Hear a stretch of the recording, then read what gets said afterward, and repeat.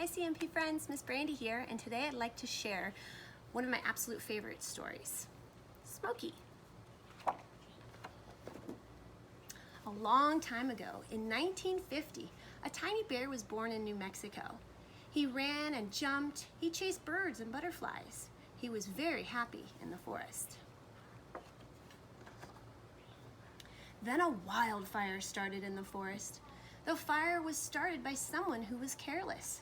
How did it start? Was it children playing with matches? Remember, matches are a tool and not a toy. Was it somebody who had a campfire but decided to maybe go to sleep and not watch the campfire? Was it somebody who was burning trash or leaves and didn't check the hose beforehand and there was a leak in the hose so he had no water to put the fire out? Or perhaps was it someone who threw a lighted cigarette out of their window that landed on some dry leaves and caught those on fire? Regardless of how it started, it ended up burning Smokey's habitat and his home. Someone called the ranger station and told the ranger about the fire. Who could have called? Was it someone who lived nearby? Was it a person passing by who saw the fire from his or her car? Or was it a person way up high in a fire tower, such as this ranger? Regardless, whoever found or saw the fire and called did the right thing. Here, the fire started picking up and Smokey had to run to try and get to safety. So remember, we can't hide from fires, friends. Soon the firefighters came and worked hard in the heat, smoke, and dust to put the fire out. It was very hard work. They worked with shovels and axes and big bulldozers. Here they're doing a fire line break with dirt, because remember, friends, dirt doesn't burn. They're using water to spray the trees down, and there's those big bulldozers helping make those fire line breaks with the dirt. Smokey climbed a tree to try and escape the fire. When the fire was out, what do you think the firefighters found? A little bear cub. Although he had climbed a tree to try to escape the fire, the little bear cub was badly burned. All 4 of his paws were blistered and they hurt very much. His fur was burned on his back and his tummy. What do you think the little bear thought about the person who started the fire? Probably pretty upset, don't you think? How do you think the little bear got down from the tree? He was rescued by a game warden who was working with the firefighters. Could he run? No, his paws were badly burned and hurt. It hurt for him to stand up. Could he play? No, his playground and home were burned because of the wildfire. After he was rescued, what do you think happened to the tiny bear cub?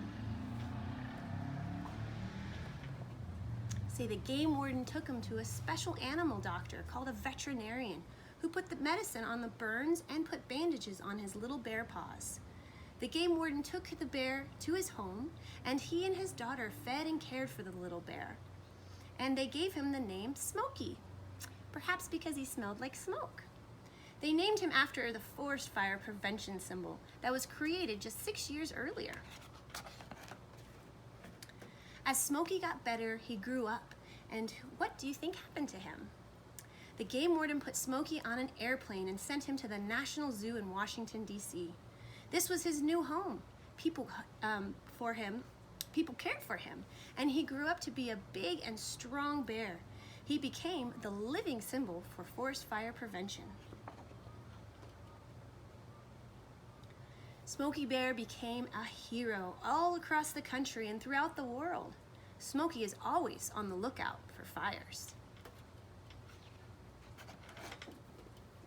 He told us that we must follow his 5 prevention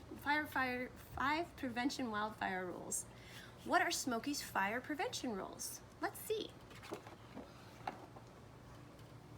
The first '1 rule is only you can prevent forest fires. And what he means by that is that us people, only us humans can start fires. So remember, animals don't start fires. They don't need matches or lighters or anything like that. So it just means us humans. How can we do that? The first thing is to always be careful with fire. Right here, Smokey is teaching the bear cubs to make sure that they put their logs or their fire fuel away from the fire. So that way if a spark were to happen to fall on one of those logs, it wouldn't catch up another fire and there'd be more fire. So you always want to make sure that you put your fuel far away, and just be careful with it too, because fire can be dangerous. It's a tool, not a toy. Number 3 is to never play with lighters. And that, from my friends, means that it's a tool and not a toy. So if you have matches or lighters, we need to always make sure that an adult is with us. We never use those without an adult present. These bear cubs are doing the right thing and giving their matches to Smokey. Rule number 4 is to always watch your campfire. Remember, something can happen if you don't watch it. So whenever you're camping, or maybe you have a fire in your backyard, it's always important to have an adult there and to make sure that someone is always watching it. Because you never know when the wind might pick up or something might change to where there needs to be an adult there to help put it out in case of an emergency. Never go to sleep with a campfire either, because you never know what could happen. And rule number 5 is to make sure your campfire is completely out before you leave. That means that you're gonna make a campfire soup, is what we like to call it. We add dirt because dirt doesn't burn. And we also add water. That snuffs out the flames because remember, fire needs oxygen to live, just like you and I, to be alive. So basically, you would put in your water and your dirt, and you're gonna mix it all up. And you're gonna make sure that it's cold or cool before you leave, and there's no hot embers. And that's what they're doing right now, making a campfire stew.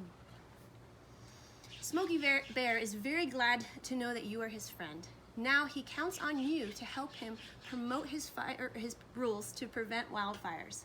How can you help him? Go tell your friends and family about Smokey and his story and his rules to prevent wildfires. And remember that only you can prevent wildfires. Thanks for joining me, friends. I'll see you next time.